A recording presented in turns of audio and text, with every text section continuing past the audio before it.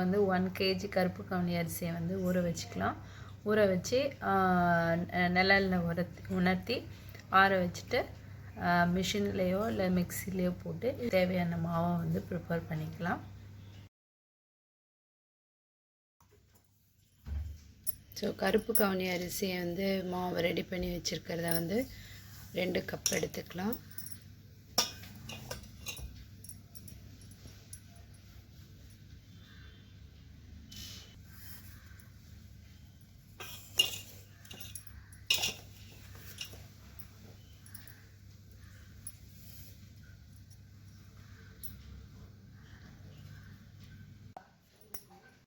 கருப்பு கவுனி அரிசி மாவு வந்து 3 கப் எடுத்திருக்கேன்.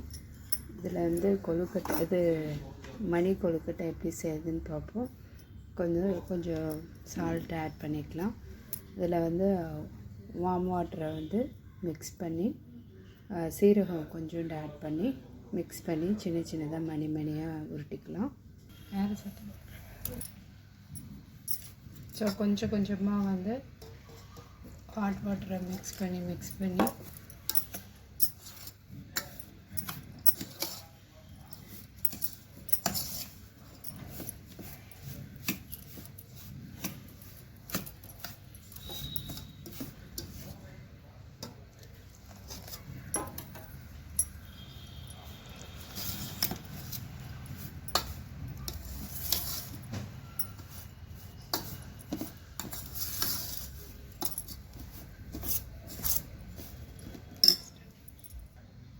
ஆயில் கொஞ்சம் ஆட் பண்ணி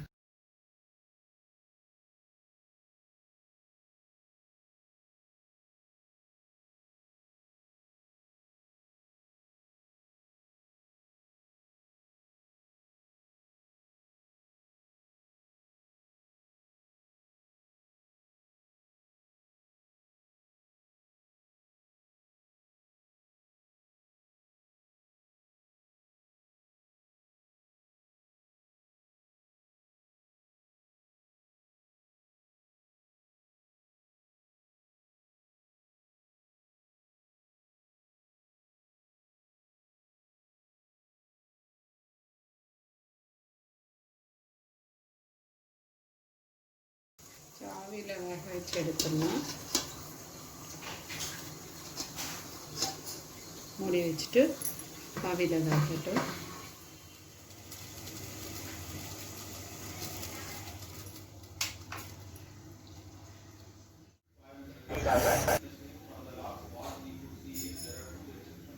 மணி கொழுக்கட்டையை வந்து என்ன பண்ணிடலாம் அப்படின்னா, வானலியில் வந்து எண்ணெயை ஊற்றி கடுகு, கடலைப்பருப்பு, உளுத்தம்பருப்பு, கருவேப்பிலெல்லாம் போட்டு இந்த இதை போட்டு அதுக்கு மேலே வந்து ஏற்கனவே வந்து அரைச்சி வச்சுருக்க பொடி இருக்குது, இட்லி பொடி இருக்குல்லைங்க, அதை வந்து இதில் போட்டுட்டு அதுக்கப்புறம் வந்து தேங்காய் துருவினதை போட்டுட்டோம் அப்படின்னா முடிஞ்சது.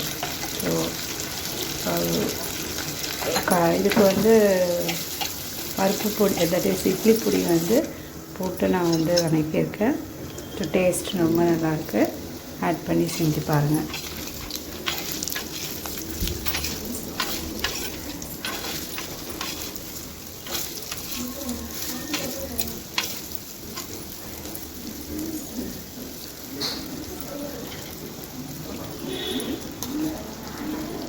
இந்த சில்லி மிளகா பொடி வந்து போட்டேன் நான்.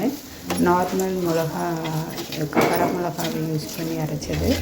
மிளகெல்லாம் ஆட் பண்ணியிருக்கிறதுனால கொஞ்சம் காரமாக தான் இருக்கும். பார்க்க தான் கலர் அப்படி இருக்கும், பட் டேஸ்ட் எல்லாம் நல்லா தான் இருக்கும். இதோட தேங்காய் துருவல் வந்து போட்டு இறக்கிட வேண்டியதுதான்.